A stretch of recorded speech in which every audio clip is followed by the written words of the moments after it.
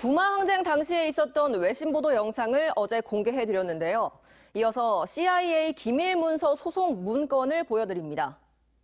79년 10월 독재 정권 2인자는 사형수로 전락하고 정권의 변방에 있던 육군 소장은 최고 권력이 됐습니다.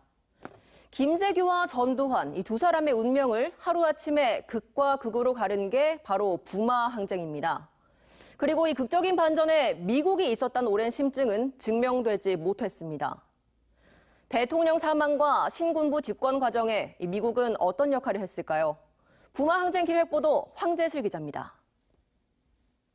Many people think that Park Chung-hee was actually killed because the U.S. approved Kim Jae-gyu to kill him.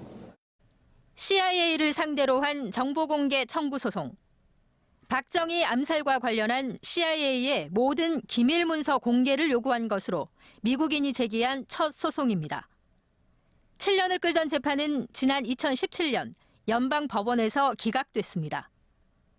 I filed a suit against the CIA about getting these documents, and they simply refused to provide any documents whatsoever, even though some of the documents I requested clearly they had to have.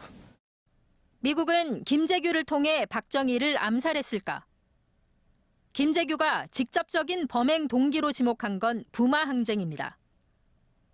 부마를 보고 야 이렇게 결국 국민들이 유신과 박정희에 대한 저항, 분노가 있구나 본 것이죠.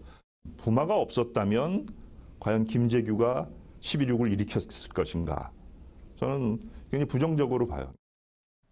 그러나 대통령 암살은 예기치 않은 전두환 신군부의 부상을 초래했습니다. 정권의 변방에 있던 이들은 대통령 사망 이후 군사 반란으로 정권 찬탈에 성공합니다. 미국은 전두환 씨의 집권을 즉각 승인했습니다. The military leadership to say, okay, Chun Doo-hwan is the best person for us to back. He understands that dealing toughly with unrest is the best way to keep the country safe. 전두환 씨는 미국의 요구대로 핵 개발을 포기했습니다.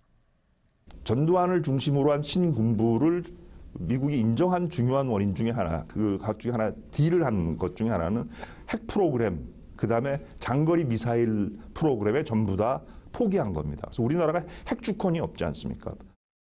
미국 정부는 김재규, 전두환 사이에서 어떤 거래를 했던 걸까? 전두환 신군부의 정권 찬탈 시나리오가 막바지에 다다랐던 80년 광주 5.18. 김재규의 사형이 하필이면 이때 집행됐습니다. Why did Chun execute him during the Gwangju uprising? Clearly, Kim Jae-gyu had something to say, and Chun didn't want him to say it. MBC 뉴스 황재실입니다.